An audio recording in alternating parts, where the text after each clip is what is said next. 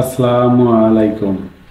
আজ এমন একটি কম্পোনেন্টের ভিডিও নিয়ে আসলাম যে কম্পোনেন্ট ছাড়া ইলেকট্রিক ডিভাইসের সৃষ্টি সম্ভব হয় না। তার নাম রেজিস্টার।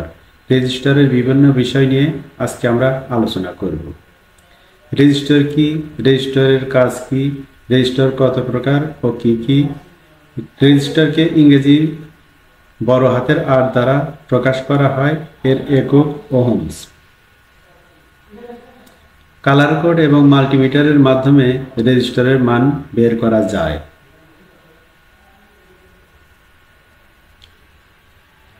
রেজিস্টারের কাজ হলো, এটি বিদ্যুৎ প্রবাহিত শক্তিকে বাধা প্রদান করে, অর্থাৎ ইলেকট্রনিক সার্কিটে কারেন্ট প্রবাহে বাধা প্রদান করে বা ভোল্টেজ ড্রপ ঘটানোই রেজিস্টারের প্রধান কাজ।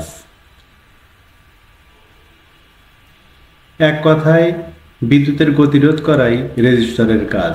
রেজিস্টার প্রধানত দুই প্রকার: ফিক্সড রেজিস্টার এবং ভেরিয়েবল রেজিস্টার। রেজিস্টারের সিম্বল বা রেজিস্টারের প্রতীক। সার্কিটে জিগজ্যাগ চিহ্ন দেখে আমরা বুঝতে পারবো যে এখানে ফিক্সড রেজিস্টার বসে, এবং জিগজ্যাগের মাঝে যদি তীর চিহ্ন দেওয়া থাকে তাহলে বুঝতে হবে এখানে ভেরিয়েবল রেজিস্টার বসে। ফিক্সড রেজিস্টারের মানের কোনো পরিবর্তন করা যায় না, কিন্তু ভেরিয়েবল রেজিস্টারের মান পরিবর্তন করা যায়। রেজিস্টার কোনো প্রকার নেগেটিভ পজিটিভ পিন হয় না, উভয় প্রান্তেই ভোল্টেজ আউট এবং ইন করা যায়। এখন আমরা রেজিস্টারের ব্যবহার দেখব। এখানে একটা ব্যাটারি, একটা বাল্ব নিয়েছি, একটা রেজিস্টার নিয়েছি।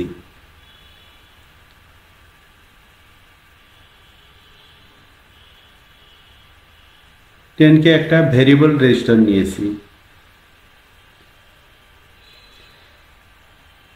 এখন আমরা একটা বাল্ব সরাসরি লাগিয়ে দেখব। সোর্স এবং বাল্বের মধ্যে কোনো প্রকার বাধা রাখব না। দেখা যাক কতক্ষণ বাল্বটি আলো দিতে সক্ষম হয়।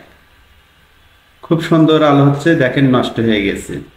এই জন্য বাল্বটি টিকিয়ে রাখার জন্য এখানে বাল্ব এবং ব্যাটারি সংযোগের মাঝখানে একটা রেজিস্টারের ব্যবহার করে দেখব।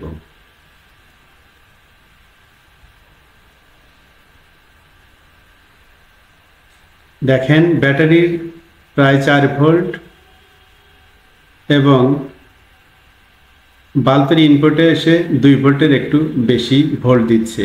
এই যে বাধা প্রদান হচ্ছে, এটাকে রেজিস্টারের রেজিস্ট্যান্স বলে।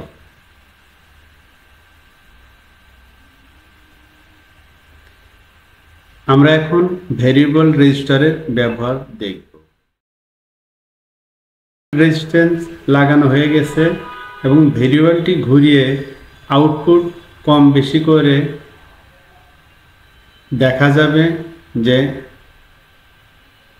বাল্বটি কেমন আলো কম বেশি করে।